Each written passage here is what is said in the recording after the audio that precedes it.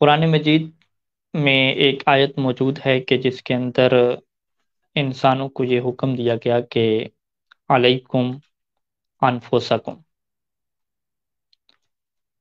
کہ تمہاری ذمہ داری یہ ہے کہ تم نے اپنی فکر کرنی ہے، اپنے آپ کو بچانا ہے۔ علیکم انفسکم، تمہارے اوپر ضروری ہے کہ تم اپنے بارے میں فکر کرو، اپنے بارے میں سوچو بچار کرو۔ اور یہ جو قرآن مجید کی آیت ہے کہ علیکم انفسکم، کہ تمہیں اپنے بارے میں سوچنا ہے، لا یضرکم من ضل اذا اہتدیتم، اور جو لوگ گمراہ ہو گئے ہیں وہ پھر تمہیں نقصان نہیں پہنچائیں گے اگر تم خود کیا ہے ہدایت کے اوپر ہو۔ اگر انسان خود ہدایت کے اوپر ہے تو پھر اسے اس بات کی جو ہے وہ ٹینشن اور فکر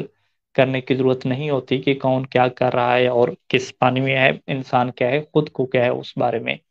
دیکھ بھال کرتا ہے اور خود کے بارے میں کیا سوچتا ہے۔ تو یہاں پہ یہ جو چیز ہے خود کے بارے میں سوچنے والی، یہ اتنی اہم ہے کہ انسان اگر اپنے آپ سے غافل ہو جائے، اپنے بارے میں انسان سوچنا چھوڑ دے، تو انسان زندگی میں کچھ بھی نہیں کر سکتا۔ انسان زندگی میں تبھی بڑا کر سکتا ہے اور اپنے مقصد تک پہنچ سکتا ہے کہ جب وہ اپنے بارے میں کم از کم سوچتا ہو، اپنے آپ کو ٹائم دیتا ہو، اپنے بارے میں فکر کرتا ہو کہ وہ کہاں سے آیا اور اسے کہاں جانا ہے۔ دنیا کے اس مصروف ترین ماحول میں، کہ جہاں انٹرنیٹ نے اور موبائل نے انسان کو بہت مصروف کر دیا ہے، اور انسان کی زندگی میں کوئی ایسا لمحہ جو ہے وہ نہیں آنے دیتا کہ جس میں انسان تھوڑا سا پریشان ہو اور تھوڑا سا ایک غم کی حالت میں چلا جائے اور اپنے بارے میں سوچنا شروع کرے کہ وہ اس دنیا میں کیوں آیا اور اس کے آنے کا مقصد کیا ہے، اور وہ کیا کرنا چاہ رہا ہے، اور اس نے کس طرف جو ہے وہ اپنے راستے کو چننا ہے اور کیسے چلنا ہے۔ یہ اس وجہ سے ہے کہ انسان جیسے ہی تھوڑا سا اپنے بارے میں سوچنے لگتا ہے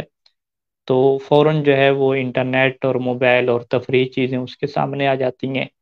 وہ پھر اسی چیز میں مصروف ہو جاتا ہے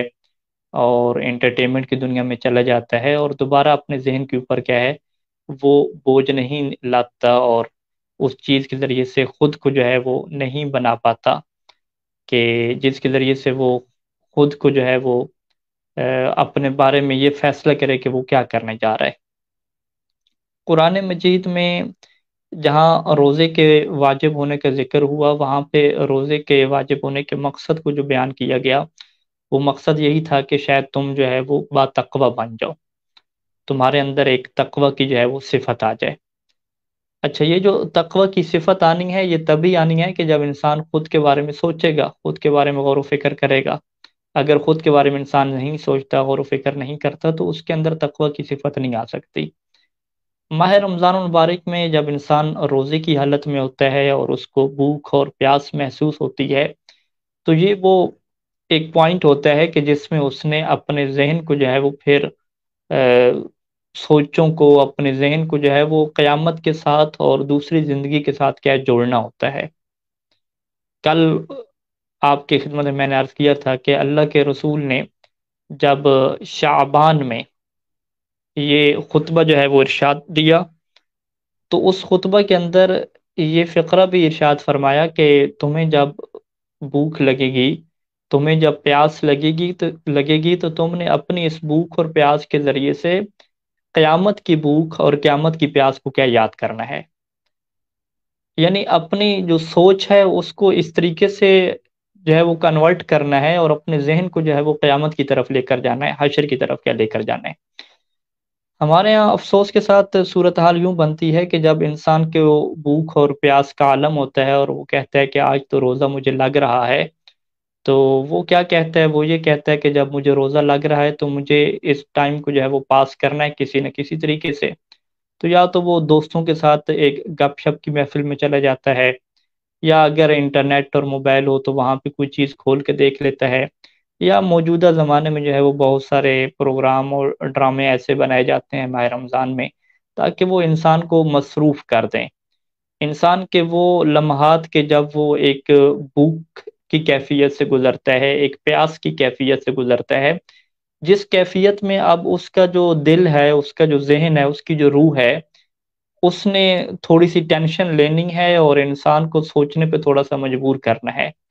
یہ وہ کیفیت ہے کہ جس کیفیت میں اللہ کے رسول نے یہ فرمایا تھا کہ تمہیں اب اپنے ذہن کو جو ہے وہ قیامت کے ساتھ کیا جوڑنا ہے۔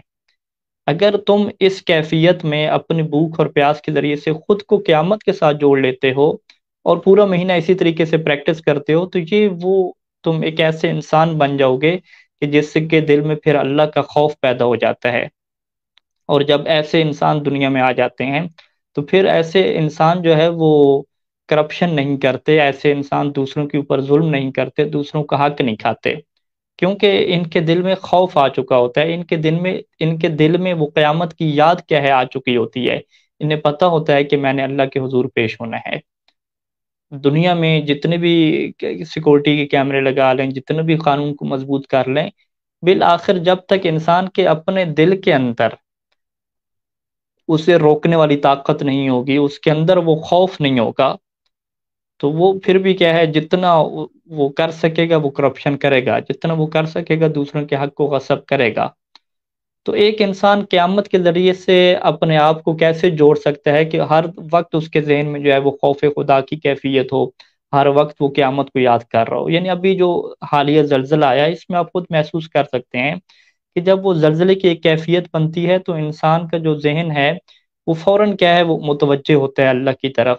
فوراً متوجہ ہوتا ہے قیامت کے منظر کی طرف، اور اس کی سوچ متوجہ ہو جاتی ہے، یعنی وہ غفلت سے کیا ہوتا ہے، بیدار ہو جاتا ہے۔ تو یہی روزے کی کیفیت تھی کہ روزے کی حالت میں انسان کو بھوک اور پیاس لگنی تھی اور انسان نے سوچ و فکر کرنی تھی اور سوچنا تھا قیامت کے متعلق، لیکن اس کے حالات بھی انسان نے کیا بنا دیے کہ وہ یہ نہیں چاہتا کہ اس کا ذہن تھوڑا سا ٹینشن لے اور ذہن تھوڑا سا سوچنا شروع کرے، نہیں، وہ یہ نہیں چاہتا۔ وہ چاہتا ہے کہ تھوڑا سا بھی ذہن کے اوپر پریشر پڑے،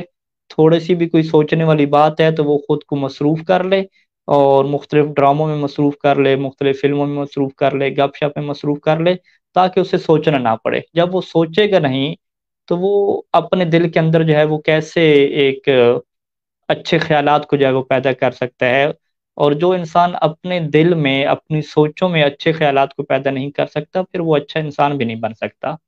اسی طریقے سے جو انسان اچھا سوچ نہیں سکتا وہ اچھا کر بھی نہیں سکتا، اور جو انسان بڑا نہیں سوچ سکتا پھر وہ بڑا کر بھی نہیں سکتا۔ تو یہ ساری انسان کے ذہن کا کمال ہے، انسان کی سوچوں کا کمال ہے۔ اور ماہ رمضان مبارک میں روزے کی جو ایک خاص کیفیت ہے، بھوک اور پیاس کی کیفیت ہے، اس میں بھی انسان کو یہ حکم دیا گیا ہے کہ وہ سوچ و بچار کرے، وہ سوچے، تاکہ اس کے ذریعے سے وہ اپنے آپ کو قیامت کے ساتھ جوڑ دے، اپنے آپ کو جو ہے وہ اللہ کے ساتھ کیا ہے، جوڑ دے۔